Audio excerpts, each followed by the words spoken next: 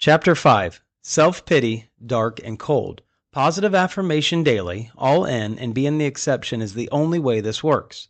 Life moves too fast and will continue to knock on your door until it wears you down to nothing or overwhelms you to want to be nothing. You're better than that, and know that only a small number in the grand scheme of it all will ever see or understand what it feels like to no longer be trapped in the rat race the system has set up. Here's another perspective on how the rhythm of life can affect our mind and mood. Think of music. The artist puts words to a melody, the beat drops, and it flows through your body. At certain times in your life, those words relate and heal. Other times, they inspire and encourage. Your creativity can have that same effect on people if you're doing it for the right reasons. Be humble enough to know when to change, how to change, and what has the ability to change situations. We are all defeated if we allow defeat to win. Prepare, practice, and do your best to simulate life situations so when that moment comes, you have what it takes to still be standing at the end. No fighter ever won laying on the mat of a boxing ring. Get up, wipe off the blood, sweat, and tears, and find a reason to fight. Considering the rhythm of life, what do songs, speeches, books, and even instrumental music have in common? They connect with the soul. When you can relate, or you can find something that goes deeper than just the million things bouncing in and out of your life, it means something.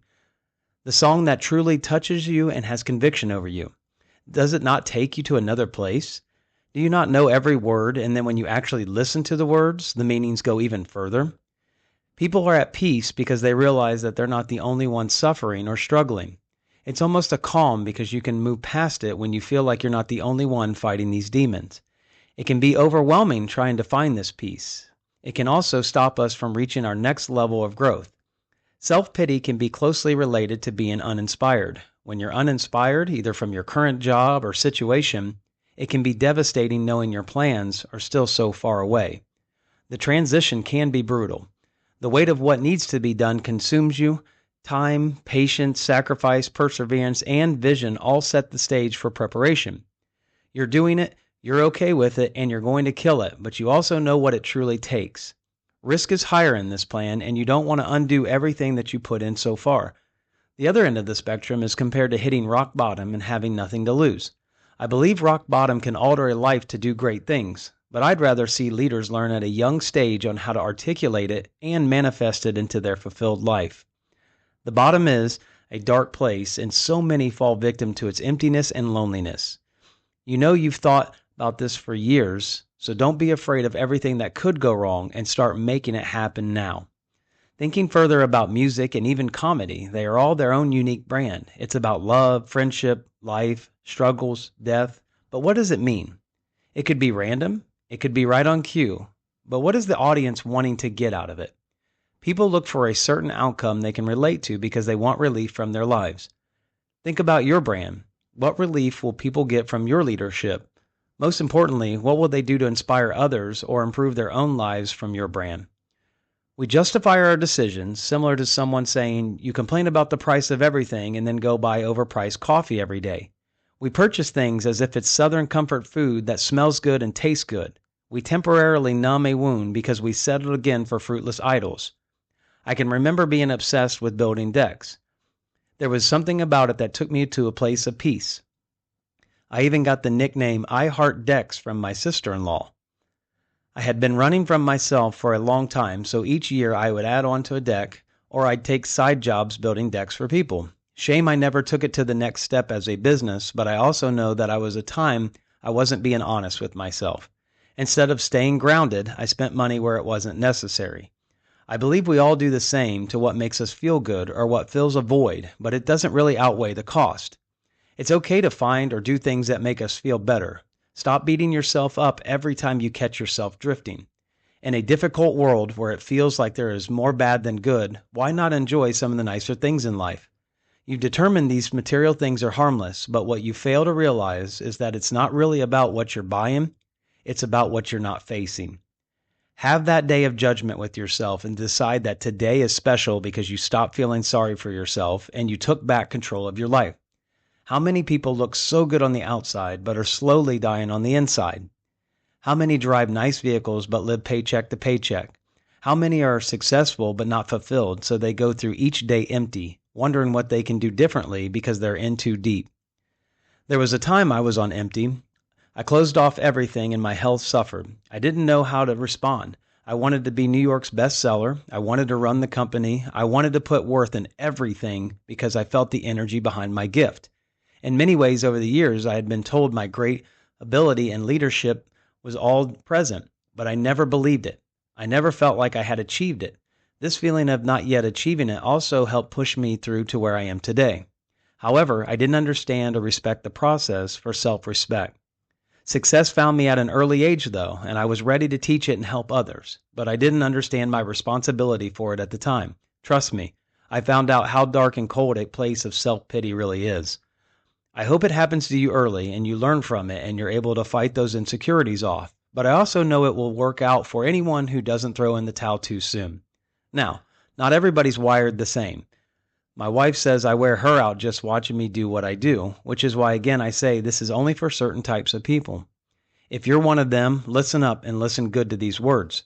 Find a way to make this a part of your life and you'll find it. You'll discover what's been missing. I don't know what your calling is, but I do know you will find it. This life was set up to ask and receive. Seek and you will find. Knock and the door will be open. Those are profound when it comes to having a deeper meaning in your life. Soul searching, being your best version of yourself, and being at peace with the things that come is what inspires us. When the student becomes the teacher one day, it gives satisfaction to a life because you pass on a piece of you, hoping that your wisdom, kind gestures, and teachings will help change someone else's life. Maybe not the group you're surrounded by right now, maybe not even this week, but one day, those words of wisdom or kind gestures will impact someone or even a generation. There are no limits to what the universe can do when it's channeled for good. Even the most confident person, though, can struggle with their mind. Confident in their ability, but can't seem to stay laser focused long enough on a decision to take themselves out of their situation mentally. You know you deserve more. We pursue our goals and then you get sidetracked or an opportunity comes up and you weigh all the options over and over. You feel good about it, then you start questioning.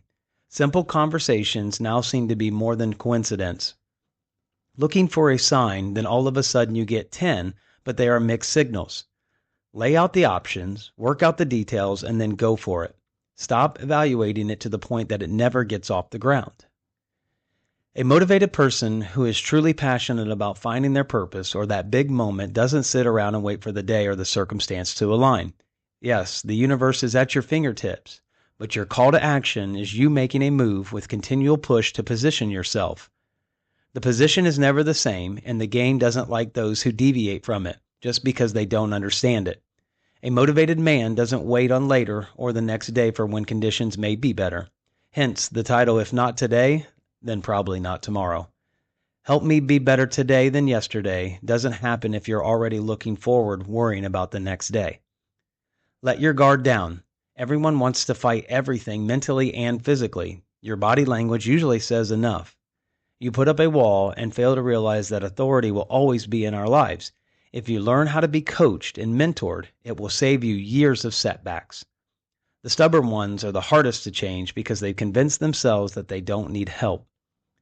When you actually think about the process of setting a goal and what it takes to achieve it, it can be overwhelming and exhausting. Think about all the details and work that goes into it. Then think about the motivation it will take while life is still happening around you. Begin seeing sacrifice as a way to navigate through life rather than finding comfort in the arms of self-pity. It's easy to see how dark and cold self-pity is once you're there, but many fail to see the signs leading up to it. Busy, being under the system's yoke. We sometimes look busy or convince ourselves we are working hard, but being busy just means you are adding more to a plate you already can't handle. Maybe you don't have the skills. Maybe not enough experience or mature enough to handle such a weight, but finding busy work doesn't mean you're positioning yourself. You're filling voids to avoid the real problems or insecurities in your life. Imagine two people mopping the floor. One is mopping 100 miles an hour and the other at a nice steady pace. First question, does the one going 100 miles an hour make him a better mopper than the second? Second question, what area did they actually mop? And third, how dirty was the water for each? You see, we tend to determine how we judge someone, but miss so many details that have relevance. The same applies to our persona and how people view us as leaders. Just because it looks like we're working hard and doing things right doesn't mean that it is what it appears to be. Take a closer look and you'll find out that we have the details shattered into pieces. We then pick up the pieces just to do it all over again. Transition yourself out of this dark place and continue to be a bold leader. Set the tone and deliver the expectation. Keep transparency and honesty a priority with your team.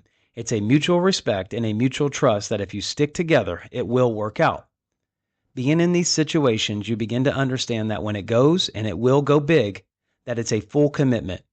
You must stick to what the goal is and avoid selfish ambitions. Show the benefit of avoiding this pitfall to anyone who follows your leadership advice. The difficulty in this journey can never be easily explained in a step-by-step manual, but it really can be simple. If you watch those around you and the things they get worked up about and the things they create drama about, you'll begin to see it. What do they spend their time and energy on that only produces waste or has no value? All it does is allow that person to feel important, and that's it. It's the customer is always right on steroids. Just observe the petty things people hold on to, whether it's a family grudge or certain ways that they want to do things because they're not willing to change or listen to others. People tend to place themselves above everything else as if the world must serve them first. Don't let their self-pity get in the way of your growth. Your leadership must be able to withstand these petty roadblocks. There's a joke about a tourist group of people at an alligator farm. They were all in a cage in the middle of the lake, and the owner says, "I'll give $10,000 to anyone who swims to the shore." All of a sudden, the owner hears a splash and frantic swimming. After the man made it to the shore safely, the owner asked, "How did you get the courage to jump?" The man said, "I didn't get the courage. I was shoved," and it looks in at his wife. She replies, "Behind every good man is an even better woman." The point is that sometimes you get shoved into situations you never intended to be in. But will you let it destroy you, or will you swim like crazy to a better place? The key is to try not to be forced into it. You want it to be a choice from your confidence, your strength, and your courage that has made you who you are today. What does life mean to you then? Have you ever asked yourself if you've been enough for others? Many think that being enough for others is how much of yourself and time you can give and what you can do for them. This is not entirely true because even a line of inspiration can change someone's life. This battle is in the mind and soul of who you are as a person. Do you consider the well-being of others, or are your motives about me first? Teach and train the mind when faced with these dark places. No one is coming to save you, so there is no reason to hold on to those cold, dark, desolate places. Be confident, be resilient, be you. James 1:2-3. Consider it pure joy, my brothers and sisters, whenever you face trials of many kinds, because you know that the testing of your faith produces perseverance.